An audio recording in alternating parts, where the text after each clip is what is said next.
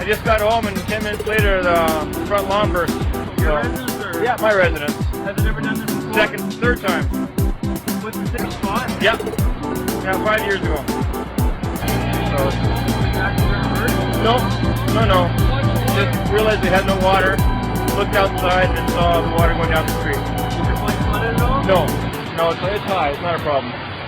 You know, what first alerted you that there was a problem?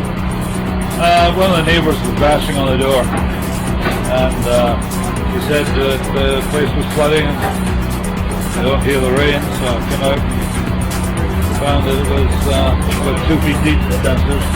What all was in the garage? We just moved, so there's a lot of personal papers, photographs, all our photograph albums were in there, I believe, and just miscellaneous bits and pieces.